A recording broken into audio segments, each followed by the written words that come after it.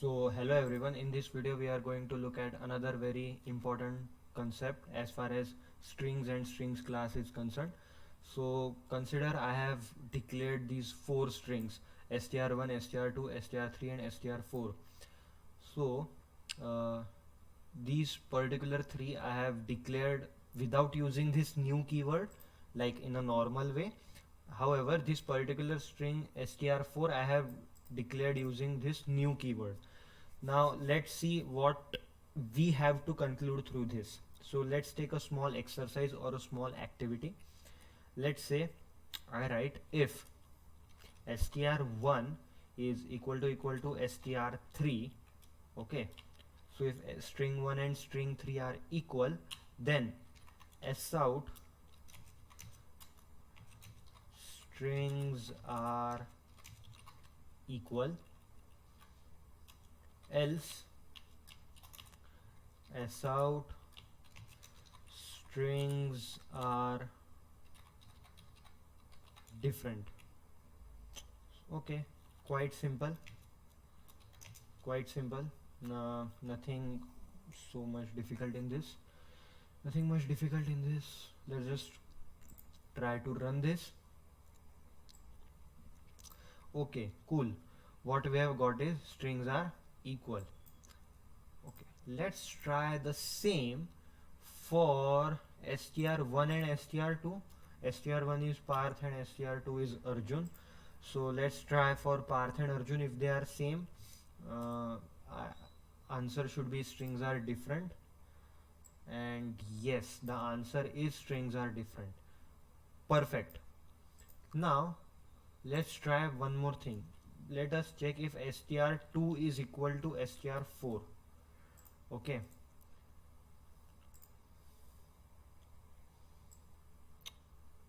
oh, now here comes a little bit tricky part.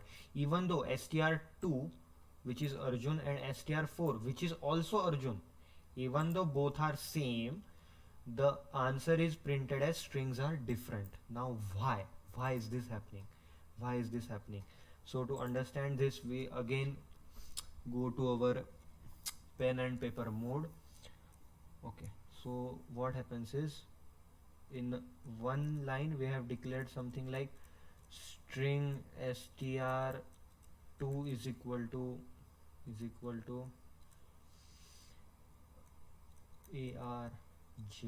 Arjun Arjun, and in another way what we have done is string str4 is equal to new string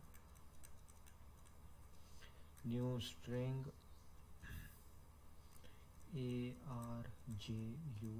Arjun. Perfect. Now what happens is, as I have told you in the previous video, something called as stack emerges. Okay, so this is stack and this is what we call as heap, and then what, str2 str2 is pointing to a memory location in heap where there is string Arjun. Okay, but when I create another string with new keyword, so this new keyword has got some attribute in it. So even though contents are same, what it will do is it will create a new object str4, point to a new memory location with string Arjun. So that's why, because these are at two different memory locations and these are two different objects, that's why when I am saying if str2 is equal to str4, it is not being compared at content level, but it is being compared at object level. Okay, it is being compared at object level. So that's why whenever I am comparing these two, str2 and str4, the answer is strings are different. Why? Because of this new keyword, these are being treated like two different objects. However, at the same time, if I write something like this, string str1 is equal to path, and similarly string str3 is equal to path, same without using any new keyword. Okay, so what happens is, again, as you know, a stack will is created. Okay, and let me just draw a heap as well. Okay, so what happens is str1 is created. It points to a memory location where there is this string called as path, and then here it is something like str3, but this time we have not used new keyword, so it points to the same path. Okay, because contents are same, so that's why when I write here something like compare str1 with str3, so what happens is, if I run this, I get strings are equal, but when I try to compare for str2 with str4, even though contents are same, because of this new keyword, at object level they are different, so if I try to run this, it states strings are different. So this was the most important concept. So what should we do to actually then compare the strings, because then this new keyword might cause an error. Even if the contents are same, because of this new keyword, it is giving us a false outcome, that the strings are not equal even though they are equal, because of this new keyword. So to tackle this, there is a function called as equals. So str2 dot equals str4.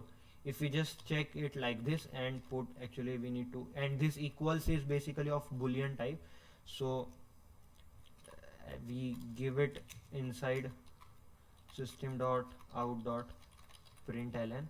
If we try to do it in this way, and if we try to run this, then even though these are different at object level, but because the contents are same for str2 and str4, now with the help of this equals function, we can check that these strings are really equal or not. So in code manner, what we can write is, if str2 dot equals str4, if this is true, then s out strings, oh sorry, my bad, strings are same,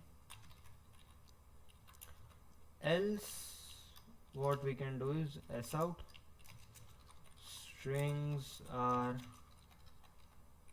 different. So let's try this now for str2 and str4. Okay, see, now it prints strings are same. Okay, so that's in for this video. I hope this important concept was very much clear to you, how strings, objects with similar content, point at the same memory location, but at the same time how two different string objects, but one created with new keyword, point at two different locations in the heap even though contents are same, and how to use this equals function in Java. So this is it for this video. If you think I have contributed anything to your logic building, please do consider subscribing, and I will see you in the next one. Thank you.